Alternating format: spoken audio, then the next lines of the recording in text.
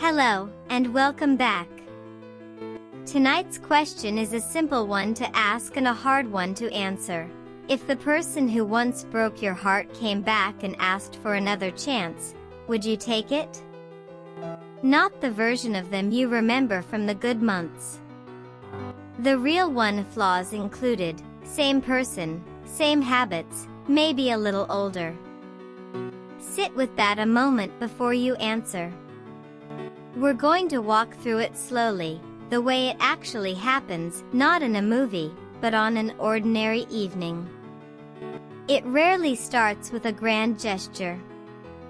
More often it's a text sent late at night, "I miss you." 3 words, and the whole evening tilts sideways. Your hands go still over the phone. Somewhere underneath, a version of you that hasn't spoken in months sits up and pays attention. That's the moment this question actually gets asked, not in theory, but at 11 at night, with your thumb hovering over the reply. The pull is real, and it isn't foolish, it's chemistry, memory, and habit, all firing at once. You remember the good parts fastest, the laugh, the particular way they said your name, the ordinary Tuesdays that felt like enough. Grief has a strange trick, it edits. It keeps the warmth and quietly deletes the argument that ended it. So before you answer anything, ask yourself what you're actually remembering, the whole story, or just the kindest cut of it. Here's the part people skip. Taking someone back isn't rewinding to where you left off, it's starting a new relationship with someone who already knows exactly where your soft spots are.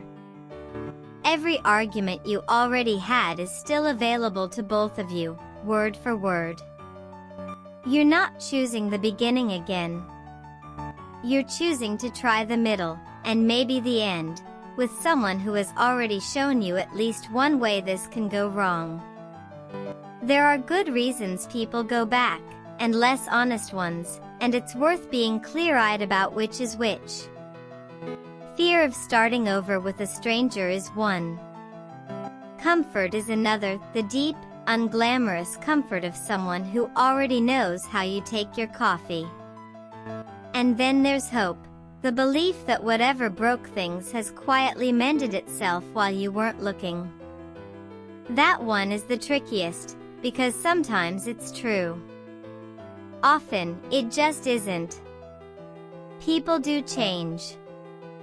But rarely on a timeline that matches an apology text, and almost never without doing something visible about it, real reflection, a hard look at their own patterns, an honest account of what went wrong. If the only evidence of change is the sentence "I've changed," that isn't evidence. It's a hope wearing a sentence. Ask what's actually different, and see whether they can answer that without talking about you at all. Think back to the real reason it ended, not the surface one, the one underneath it. If that reason was never named, never worked through, it doesn't vanish just because you missed each other. It waits. Quietly, patiently, it waits. Relationships rarely end over nothing, and they rarely survive a second attempt if the first ending is never properly discussed out loud, by both people, without either one flinching from it. Here's a quieter question, and maybe the more important one: who are you now, compared to who you were when it ended? If the months since have brought new routines, new mornings, a version of yourself you're a little proud of, notice that. Taking someone back should come from that steadier place, not from a rescue mission for the person you used to be. Healing first. Decisions after. Sometimes the pull isn't really about them at all. It's grief for the future you'd planned, the version of your life that included them, quietly packed away when it ended. Missing that future is real, and it deserves acknowledging.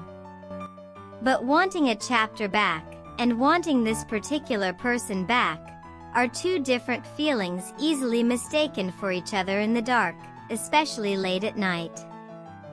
If you do decide to try again, it needs new terms, not old habits worn back in like a familiar coat. That means naming, plainly, what went wrong the first time. It means both of you doing something different, not just hoping harder.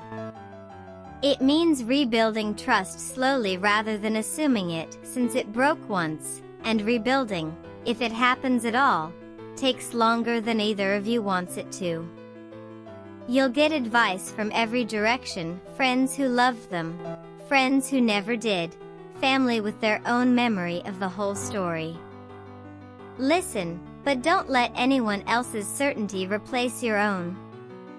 You're the only one who was actually there for every version of this relationship, the good stretches, and the quiet warning signs both. Trust what you noticed at the time, even the parts you'd rather not have noticed.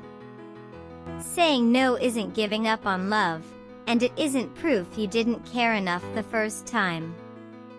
Sometimes the healthiest ending to a story is simply that it stays ended, not out of anger, but out of a clear look at what it actually was. Closure doesn't always come from someone else saying sorry. Sometimes you have to build it yourself, quietly, on your own terms.